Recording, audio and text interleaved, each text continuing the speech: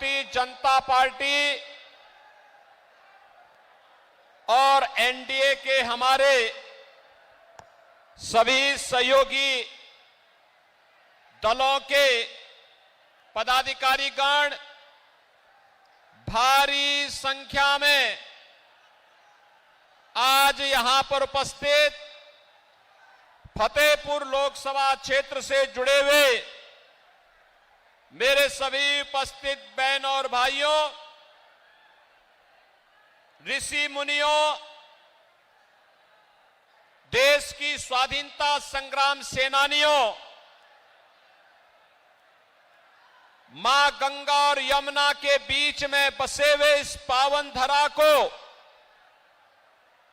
जिसे राष्ट्र कवि सोहनलाल द्विवेदी ने अपनी साहित्य सृजन के माध्यम से एक नई पहचान दी। इस पावन धरा को कोटि कोटि नमन करते हुए आप सबके उत्साह के लिए मैं आपका हृदय से अभिनंदन करता हूं, स्वागत करता हूं। बहन और भाइयों, लोकसभा चुनाव के अब तक 4 चरण पूरे हो चुके हैं, 3 चरण बाकी हैं, लेकिन परिणाम के बारे में हर व्यक्ति निश्चिंत है, क्योंकि पूरे देश के अंदर कहीं भी आप जाएंगे, जनता जनार्दन के मुख से एक ही बात उड़ती है, वह उड़ती है कि जीतेंगे तो मोदी ही, जीतेंगे तो और आएंगे तो मोदी ही। और जब लोग पूछते हैं कि भाई क्यों मोदी ही क्यों आएंगे, तो जनता जनार्दन कह उठती है, जो राम को लाए हैं हम उनको लाएंगे। सचमुच हम अभिनंदन करते हैं अपनी जनता जनार्दन का, जिन्होंने भारत के यशस्वी प्रधानमंत्री और दुनिया के सबसे लोकप्रिय राजनेता मोदी जी को 10 वर्ष की लगातार सेवा के बाद हर बार ज्यादा उत्साह से चुनाव जिता करके भेजा है। और बहन और भाइयों, इसीलिए इस बार अब की बार 400 पार के अभियान को आगे बढ़ाने के लिए जनता जनार्दन कमर कसी है। बहन और भाइयों, कोई संदेह नहीं, पूरे देश के अंदर लोग बोल रहे हैं कि मोदी जी ने देश की कायाकल्प की है, देश का सम्मान बढ़ाया है, देश की सीमाओं की सुरक्षा पुख्ता की है, आतंकवाद और नक्सलवाद पर नकेल कसी है। और यही नहीं, विकास के नए नए कार्य किए हैं, highway, railway, 1 district 1 medical college, AIIMS, IIM, IIT, IIIT, NIT और वर्ल्ड क्लास यूनिवर्सिटी के साथ साथ आज मोदी जी के नेतृत्व में हर घर नल की योजना भी जगह जगह लागू हो रही है। हर घर में नल होगा, नल में जल होगा और जल भी RO का होगा। बहनों और भाइयों, गरीब कल्याणकारी योजनाओं की तो कोई हिसाब ही नहीं। याद करिए, ये जो चुनाव मैदान में आए हैं समाजवादी पार्टी और कांग्रेस के लोग, इनसे पूछना चाहिए, इनके समय में हमारा ये जो फतेहपुर है, यह बुंदेलखंड का प्रवेश द्वार भी है। इनसे पूछा जाना चाहिए कि यह क्षेत्र माफियाओं के शिकंजे में क्यों था। यहां खनन माफिया था, यहां खाद्यान्न माफिया था, यहां पे भू माफिया हावी होते थे, यहां पे अराजकता चरम पर थी, बेटी और व्यापारी की सुरक्षा खतरे में पड़ी थी। गरीब भूख से मरता था, किसान आत्महत्या करता था, नौजवान पलायन करता था और व्यापारी से रंगदारी वसूली होती थी। समाजवादी पार्टी की सबसे बड़ी विशेषता क्या कि समाजवादी पार्टी ने नौजवानों के हाथों में तमंचे पकड़वा दिए। बहनों और भाइयों, ये तो भाजपा की सरकार है। भारतीय जनता पार्टी ने नौजवानों के हाथों में टैबलेट पकड़वाया है। स्मार्ट यूथ आज उत्तर प्रदेश और देश के विकास में अपना योगदान दे रहा है। बहनों और भाइयों, ये कांग्रेस के समय 12 करोड़ किसान आज किसान सम्मान निधि का लाभ प्राप्त कर रहा है। 10 करोड़ गरीबों के घर में उज्ज्वला योजना का रसोई गैस का सिलेंडर पहुंच गया है और हमने तो दीपावली और होली के अवसर पर उसको एक एक भरा हुआ सिलेंडर भी उपलब्ध करवा रहे हैं। बहनों और भाइयों, यही नहीं, 4 करोड़ गरीबों के मकान मिल गए हैं। और आज हम जब यहां पर आए हैं, मैं फिर कह रहा हूं, मोदी जी की ओर से जितने बच्चे हैं, जिन परिवारों के पास मकान नहीं है, कॉलोनी नहीं है, उनको आश्वस्त कर दीजिए अगले 5 वर्ष के अंदर उनका भी पक्का घर होगा। 70 वर्ष से ऊपर के हर बुजुर्ग को बोल दीजिए उसके पास उसका आयुष्मान का कार्ड होगा और 5 लाख रुपए की सुविधा स्वास्थ्य का वो कहीं भी जाकर के अपना उपचार करा सकता है, सरकार उसका पैसा देगी। बहनों और भाइयों, ये भाजपा की सरकार है। मोदी जी हमारे नेता हैं, बोलते कम है, करके दिखाते हैं। ये जितना भी दिया है, क्या किसी का चेहरा देख करके दिया? किसी की जाति, किसी का मत, किसी का मजहब, किसी की क्षेत्र या भाषा देख करके दिया है? मोदी जी ने तो कहा सबका साथ, सबका विकास। एक तरफ मोदी जी के नेतृत्व में सबका साथ और सबके विकास के साथ आत्मनिर्भर और विकसित भारत की परिकल्पना को साकार करने के लिए भारतीय जनता पार्टी है, जो विकास भी कराती है, गरीब कल्याण भी कराती है, आतंकवाद और नक्सलवाद पर नकेल भी कसती है, सुरक्षा को, देश की सुरक्षा को पुख्ता भी करती है। आतंकवाद के हाल तो ये थे, कांग्रेस के समय विस्फोट होते थे, निर्दोष लोग मरते थे, और जब हम संसद में इस मुद्दे को उठाते थे तो कांग्रेस के नेता क्या कहते थे? तत्कालीन प्रधानमंत्री कहते थे आतंकवादी सीमा पार के हैं। और आज बहनों और भाइयों, कितना परिवर्तन हुआ है? आज परिवर्तन कितना हुआ है कि आज आतंकी घटना नहीं घटित होती, लेकिन अगर कहीं भी पटाखा भी जोर से फट जाए तो सबसे पहले पाकिस्तान सफाई देता है, कहता मेरा हाथ नहीं है। देश की धमक कैसे होनी चाहिए, ये नेतृत्व पे निर्भर करता है, वह मोदी जी ने करके दिखाया है।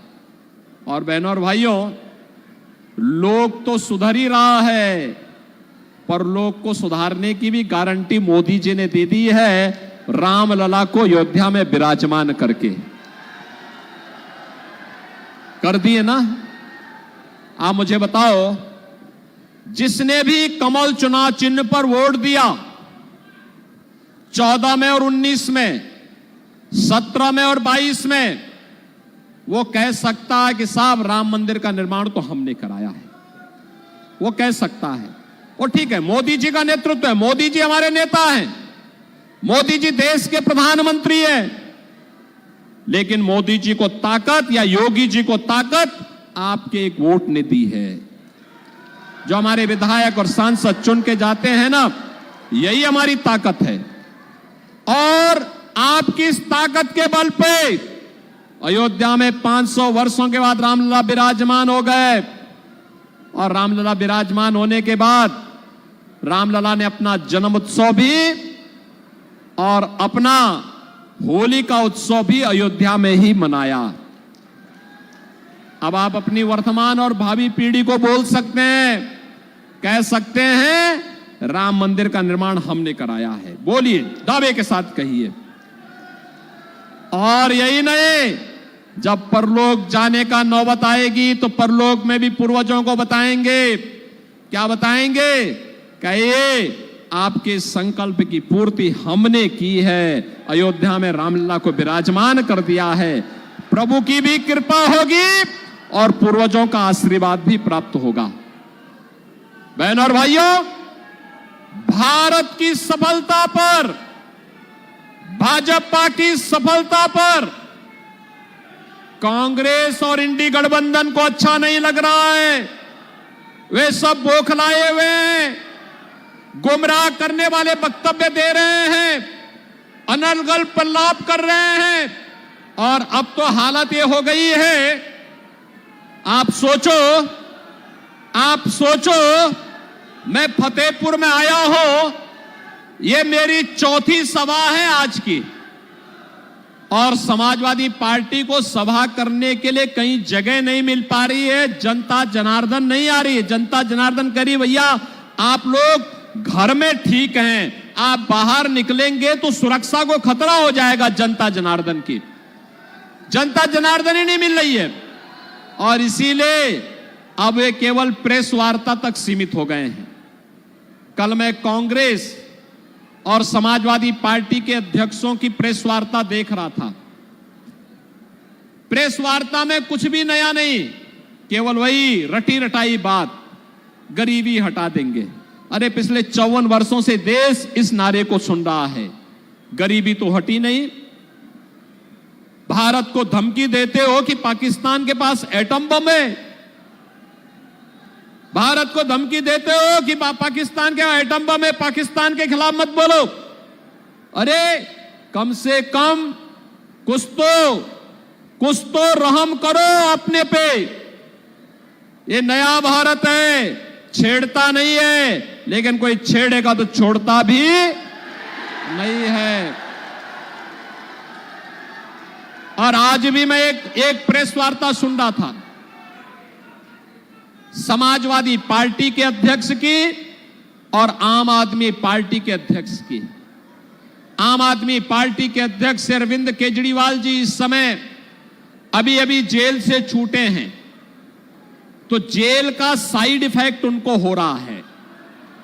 साइड इफेक्ट इस रूप में, उनको यह लगता है सत्ता ही उनके लिए सब कुछ हो गई है। उनको यह लगता है कि सत्ता अब उनकी गई तब गई, अब अपनी सत्ता के साथ मुझे जोड़ते हैं। अरे भाई अरविंद जी, मैं तो एक योगी हूं, मेरे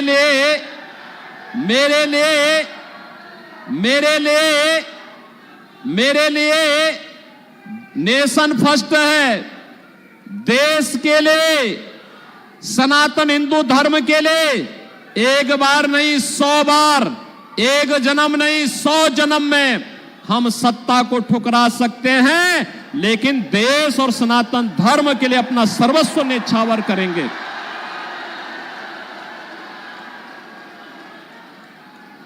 हम लोगों का जो कुछ भी है वह तो जनता जनार्दन के लिए है। हमारा कोई अगला आगे पीछे नहीं है, जो कुछ है जनता जनार्दन के लिए है। जैसे पहले थे वैसे ही आगे भी रहने वाले हैं। मुख्यमंत्री हैं, अपने नेता के मिशन को जमीनी धरातल पर उतार करके गांव, गरीब, किसान, नौजवान, महिलाएं और बिना भेदभाव के योजनाओं को जनता जनार्दन के लिए समर्पित करने का काम भी कर रहे हैं, और साथ साथ बेटी और व्यापारी की सुरक्षा की पुख्ता व्यवस्था भी कर रहे हैं। अयोध्या में रामलला का भव्य मंदिर के निर्माण में भी योगदान दिलवा रहे हैं, तो माफिया और अपराधियों का और दंगाइयों का राम नाम सत्य है की यात्रा भी निकाल रहे हैं। लेकिन आपने दिल्ली की सत्ता जिस उद्देश्य से हासिल की थी, याद करिए, आपने कांग्रेस के खिलाफ अन्ना हजारे जी के मिशन को कलंकित किया। अन्ना हजारे जी ने एक पवित्र मिशन चलाया था, भ्रष्टाचार के खिलाफ आंदोलन पुख्ता किया था। और आज भ्रष्टाचार में लिप्त, देश के पहचान का संकट खड़ी करने वाली, भारत की सुरक्षा पे सेंध लगाने वाली, भारत के विकास को बाधित करने वाली, भारत के अन्नदाता किसानों को आत्महत्या करने के लिए मजबूर करने वाली, भारत के नौजवानों को प्लान करने के लिए मजबूर करने वाली कांग्रेस को अपने गले का हार बना करके आप उसके पाप में शामिल हो गए हैं। और यही कारण है, देखो, संगति का असर तो पड़ता ही पड़ता है। कांग्रेस के भ्रष्टाचार में लिप्त हो गए तो स्वयं भी लिप्त होते होते जेल की शिक्षों के अंदर चले गए और जेल के साइड इफेक्ट को मुझ पे थोपने का प्रयास कर रहे हैं। मैं मुझ पे मत थोपिए, लेकिन एक बात मैं जरूर बोलता हूं कि दिल्ली की जनता बड़ी सुकून से थी, आप फिर बाहर आ गए हैं।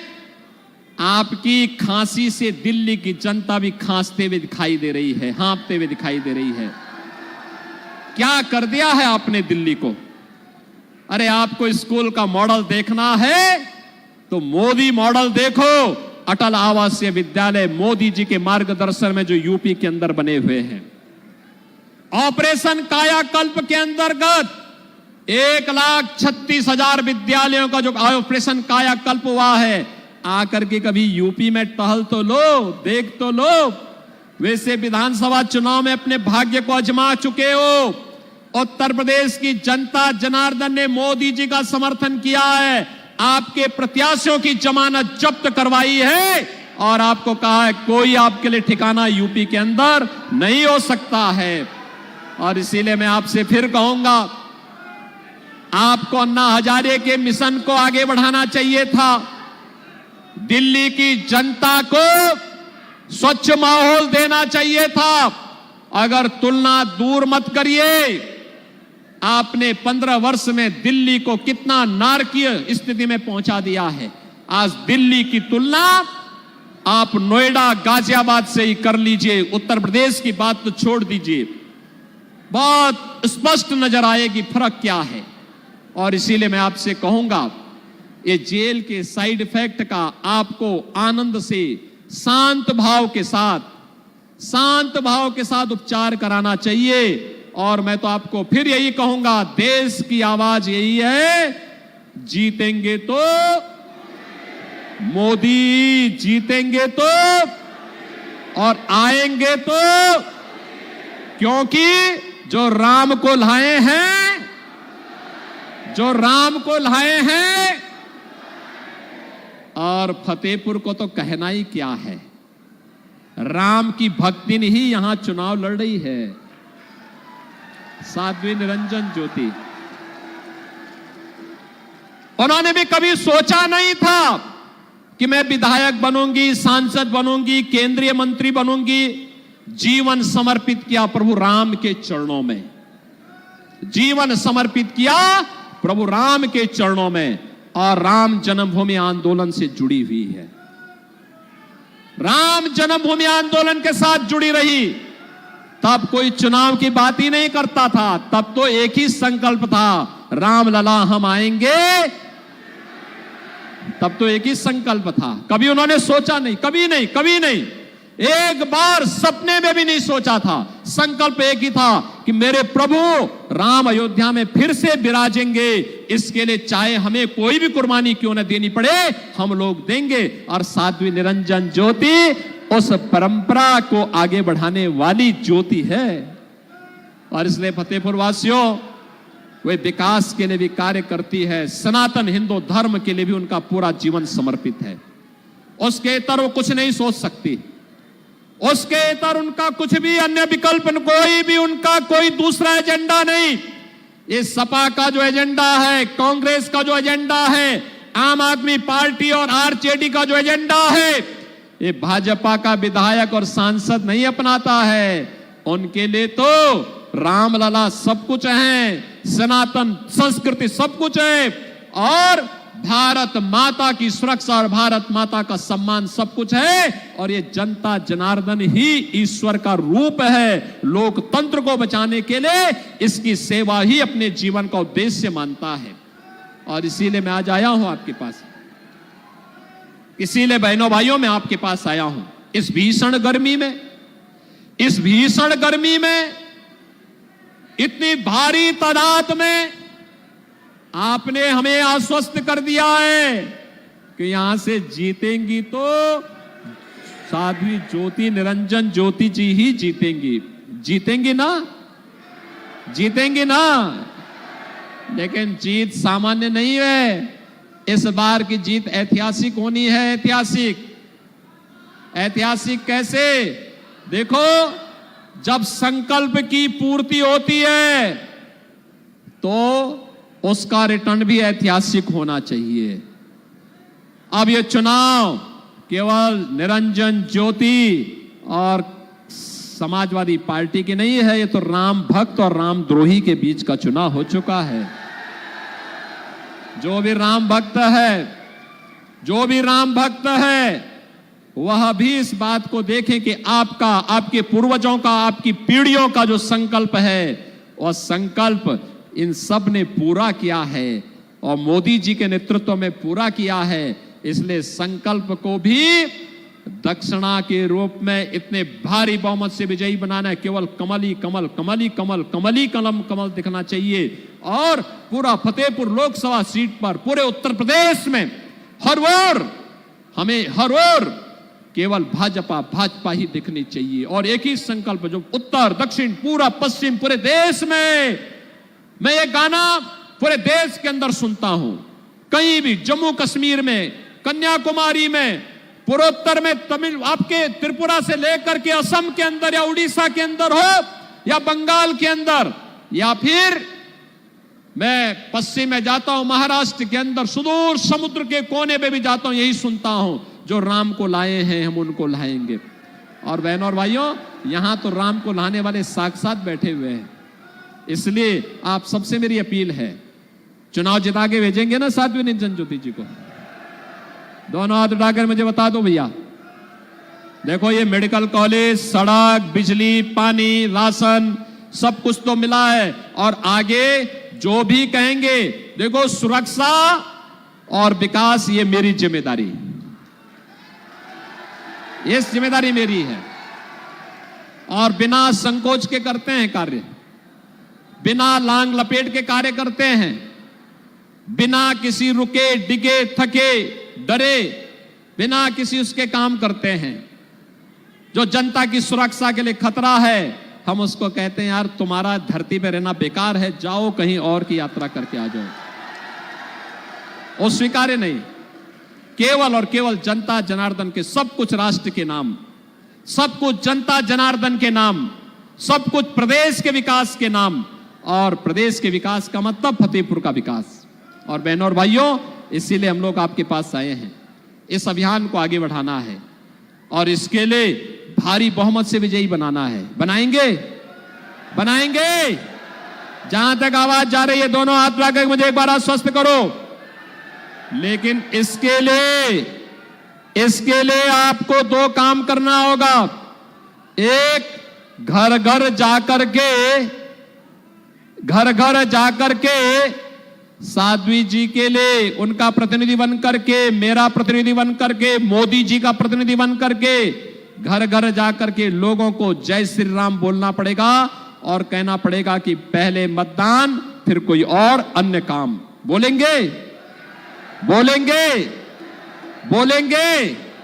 तो फिर मेरे साथ बोलेंगे, भारत माता की, भारत माता की, भारत माता की जय श्री राम, जय जय श्री राम।